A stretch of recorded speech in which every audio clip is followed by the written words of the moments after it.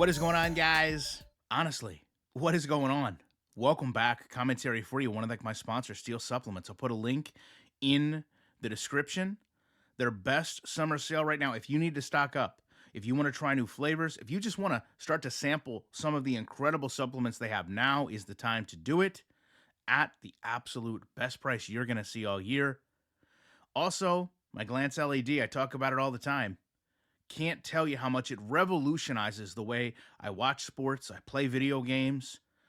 All I have to do, tell the box what I want to see. MLB, NBA, NHL, UFC, NASCAR, you name it.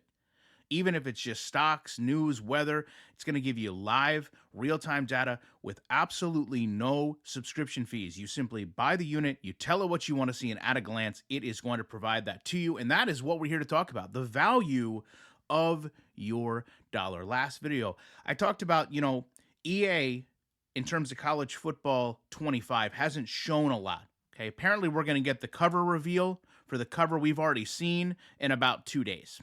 Good for them. But now we have a price leak in a game that really has only shown us 2 screenshots, no gameplay, and honestly, in a year of having to go back to the drawing board to a degree, we have seen 3D wire models. If you're a gamer, set aside football, set aside sports. If you're a gamer, there's not a lot of games that sit there and promote themselves with 3D wire models. You can tell me that I'm just being negative. I'm going to tell you that I'm just being honest. When Grand Theft Auto did their massive re-release, you know how many wire mesh models they showed? 0.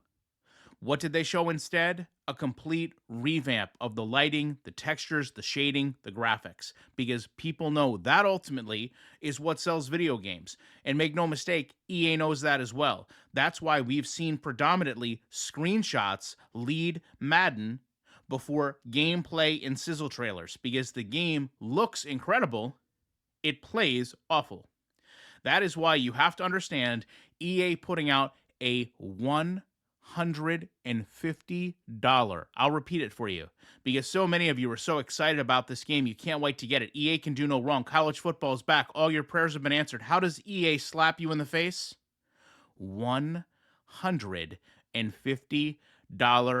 Heisman edition. What could possibly be in this game to nearly make it double the base game?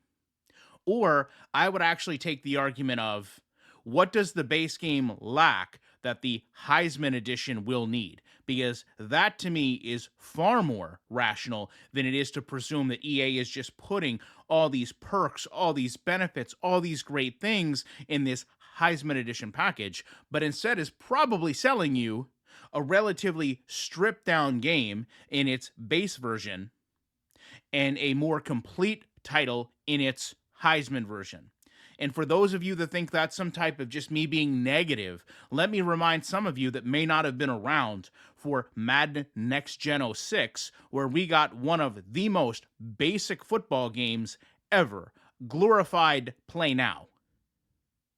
So EA has a track record when remarketing a game, when bringing a game back into a space to be very bare bones. Moreover, they've again, as I said, spent an additional year going through to improve this product. So let's play devil's advocate here.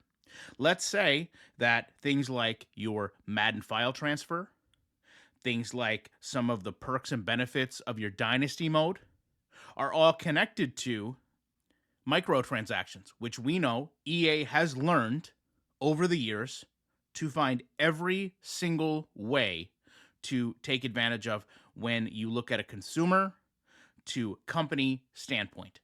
If you look at what EA does the best, it's market Ultimate Team.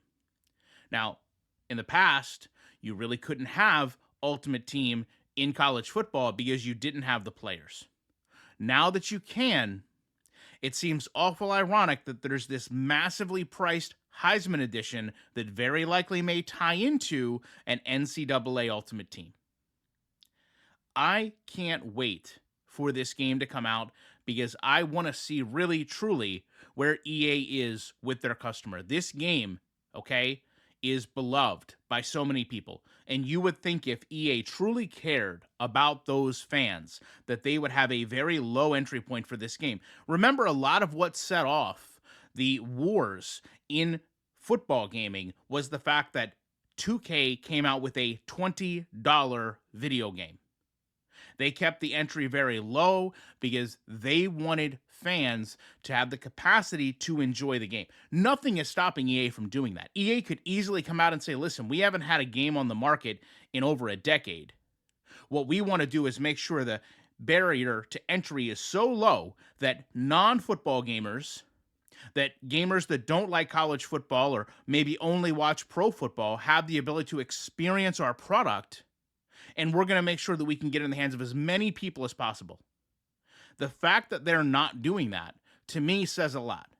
The fact that we know from EA's own admission, this is very much built on the base of Madden, is just as damaging. Because again, you can be excited all you want, but you still have to go look at those Madden reviews. And what has been Madden's Achilles heel? It's the Metacritic.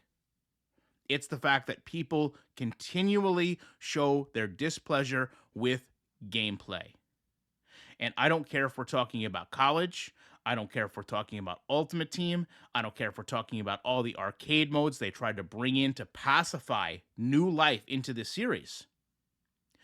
The efforts that the Madden team has put in to revitalize Madden have failed. And if they think that doing those same things under the rouge of college football is going to work, I would express that it's not. I would think the best thing that they could bring back is things like, and I know you're going to laugh, but hear me out. The mascot game was loved by so many fans because it was fun. Just like when you go into Madden, we talk about the training camp drills, they were beloved because they were fun. It took years and years and years of asking. So EA has had the opportunity to fine tune listening to their gamers, and in my opinion, understanding what gamers want, and more than likely has found a way to make that as monetarily lucrative for them as possible. And I think you're seeing the start of it now. The hype is about to start. We're about to see this gameplay, apparently. We're about really to see this game. But how many of you are willing to spend $150 to play it? And not only that, I'll leave you on this final point. How many games will be given away for free?